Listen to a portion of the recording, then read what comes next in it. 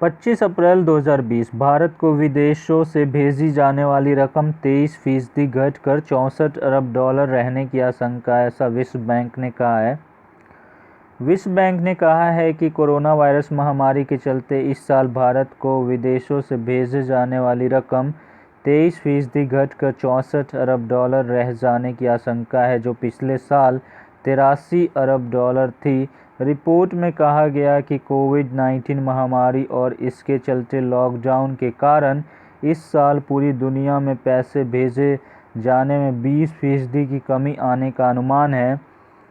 Report के अनुसार ये गिरावट हाल के इतिहास में सबसे अधिक है और मोटे तौर पर प्रवासी श्रमिकों के वेतन और रोजगार में कमी के कारण ऐसा होगा। विश्व बैंक का अनुमान है कि पाकिस्तान को विदेश से मिलने वाले पैसे में लगभग 23% गिरावट देखी जाएगी, जबकि बांग्लादेश में 22%, नेपाल में 14% और श्रीलंका में 19% कमी हो सकती है। कोरोना संकट में रिपोर्टिंग कर रहे पत्रकारों को भी मिलेगा 10 लाख रुपए का बीमा, हरियाणा सरकार, ऐसा हरियाणा सरकार ने कहा है। हरियाणा सरकार ने कोरोना वायरस महामारी के दौरान रिपोर्टिंग करने वाले सभी पत्रकारों को 10 लाख रुपए का बीमा प्रदान करने का निर्णय लिया है।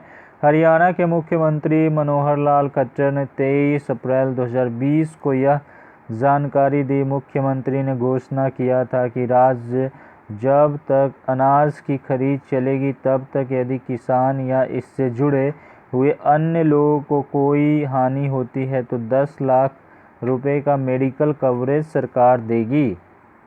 हरियाणा सरकार ने पत्रकारिता से जुड़े लोगों के लिए एक ऐतिहासिक फैसला लिया है। पत्रकार भी कोरोना के विरुद्ध इस लड़ाई में अग्रिम पंक्ति में रहकर अपना फर्ज निभा रहा है।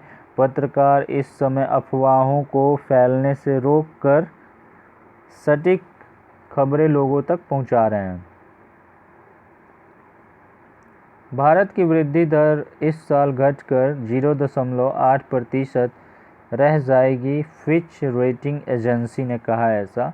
तो फिच रेटिंग्स ने कहा कि वित्त वर्ष 2020-21 में भारत की आर्थिक वृद्धि दर के घटकर 0.8% रह जाने का अनुमान है। कोरोना वायरस महामारी के चलते लागू किए गए लॉकडाउन और वैश्विक आर्थिक मंदी के कारण ऐसा किया गया है। फिच का कहना है कि वित्त वर्ष 2021 में वृद्धि दर में गिरावट की मुख्य वजह उपभोक्ता खर्च में कमी होगी, जो 5.5% से घटकर 0.3% रह जाएगी। फिच रेटिंग्स ने कहा कि भारत के सकल घरेलू उत्पाद जीडीपी की वृद्धि दर अप्रैल 2020 से मार्च 2021 के दौरान 0.8% तक रह जाएगी, जबकि बीते वित्त वर्ष के दौरान यह आंकड़ा 4.9% अनुमानित था। हालांकि 2021-22 में विकास दर 6.7% होने की उम्मीद है। वहीं 2020 कैलेंडर वर्ष की अंतिम तिमाही में ग्रोथ के 1.4% पर पहुंचने की उम्मीद है। विश्व पुस्तक एवं कॉपीराइट दिवस 23 अप्रैल को मनाया गया। विश्व पुस्तक एवं कॉपीराइट दिवस प्रत्येक वर्ष 23 अप्रैल को मनाया जाता है। इसे विश्व पुस्तक दिवस भी कहा जाता है। यूनेस्को ने 23 अप्रैल को विश्व पुस्तक दिवस के रूप में मनाने का निर्णय लिया था। यूनेस्को के निर्णय के बाद से पूरे विश्व में इस दिन विश्व पुस्तक दिवस मनाया जाता है। इस दिन को विश्व कॉपीराइट दिवस भी कहते हैं। विश्व भर में विश्व पुस्तक दिवस इसलिए मनाया जाता है ताकि किताबों की अहमियत को समझा जा सके। विश्व पुस्तक दिवस के दिन यूनेस्को के अलावा प्रकाशकों, किताब विक्रेताओं और लाइब्रेरी का प्रतिनिधित्व करने वाले अन्य संस्थान एक साल के लिए वर्ल्ड बुक कैपिटल का चुनाव करते हैं। ब्रिटेन में कोविड-19 वैक्सीन का ट्रायल शुरू हो चुका है। कोरोना वायरस का इलाज खोजने के लिए दुनिया भर के वैज्ञानिक दिन रात कोशिश कर रहे हैं। अब ब्रिटेन में इसकी वैक्सीन का टेस्ट शुरू हुआ है। 23 अप्रैल 2020 को चुनिंदा मरीजों को टीके लगाए गए। यह दुनिया का सबसे बड़ा ड्रग ट्रायल बताया जा रहा है। मीडिया रिपोर्ट्स के अनुसार ब्रिटेन की ऑक्सफोर्ड यूनिवर्सिटी में इस वैक्सीन का टेस्ट किया जा रहा है। इस वैक्सीन को बनाने वाले शोधकर्ता करीब 1 महीने तक इसका क्लिनिकल टेस्ट करेंगे। इसके लिए ब्रिटेन के 200 अस्पतालों में करीब 5,000 से ज़्यादा लोगों पर इसका परीक्षण किया जाएगा।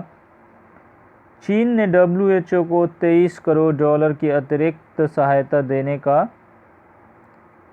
घोषणा किया। चीन ने WHO को $3 करोड़ की अतिरिक्त सहायता देने का घोषणा किया है।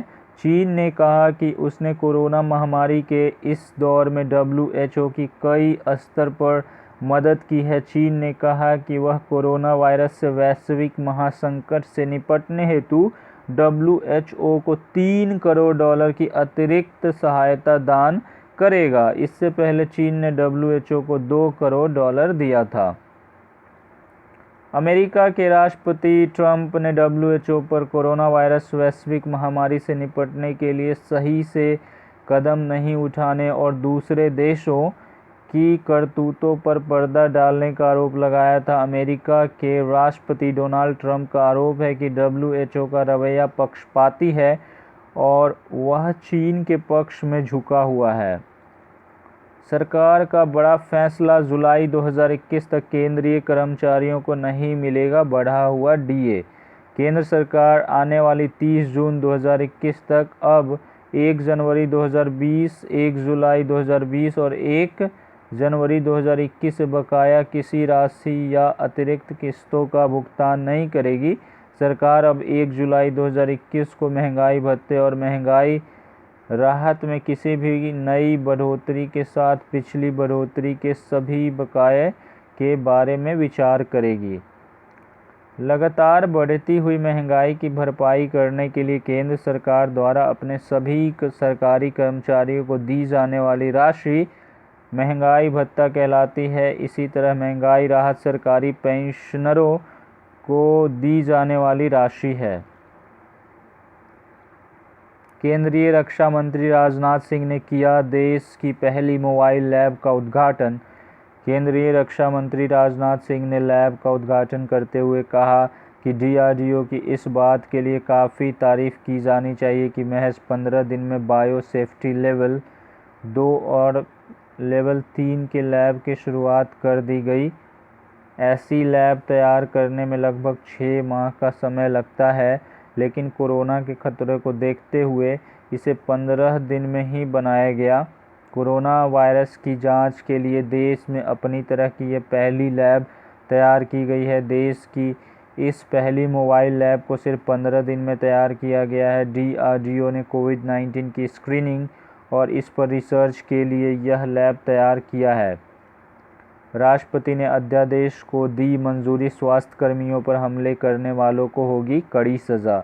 कोरोना महामारी के संकट से निपटने में सबसे आगे लड़ाई लड़ रहे डॉक्टरों और अन्य स्वास्थ्य कर्मियों पर पिछले दिनों हमले की कई घटनाएं सामने आई हैं। इंडियन मेडिकल एसोसिएशन IMA ने इन हमलों के खिलाफ विरोध भी जताया था। ऐसे में मोदी सरकार ने स्वास्थ्य कर्मियों पर हमले को गंभीर अपराध बना दिया है।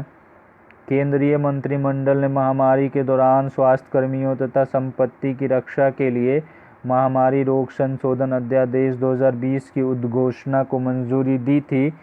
केंद्रीय मंत्री प्रकाश जावड़ेकर ने कैबिनेट बैठक के बारे में बताया था कि सरकार डॉक्टरों और नर्सों पर हमले बर्दाश्त नहीं करेगी। अब वन लाइनर पढ़ते हैं, देखते हैं वन लाइनर में क्या क्या लिखा हुआ है। तो केंद्र सरकार ने कोविड-19 महामारी के कारण सरकार के खजाने पर बढ़ते दबाव के चलते 1 जनवरी 2020 से लेकर किस तारीख के बीच दिए जाने वाले महंगाई भत्ते और महंगाई राहत की किस्तों के भुगतान पर रोक लगाने का फैसला किया है। तो 1 जुलाई 2021 तक। Bharat world press freedom index 2020 में कितने स्थान पर है? 142वें स्थान पर। हाल ही में किस देश ने कोरोना महामारी और अमेरिका के साथ व्यापक तनाव के बीच अपने एक उपग्रह नूर का प्रक्षेपण किया? ईरान। वह राज्य जिसके एक महिला नवप्रवर्तक डी वासिनी बाई ने क्रॉस पॉलिनेशन के जरिए अत्यधिक बाजार मूल्य वाले फूल एंथ्यूरियम की 10 किस्मों को विकसित किया है केरल।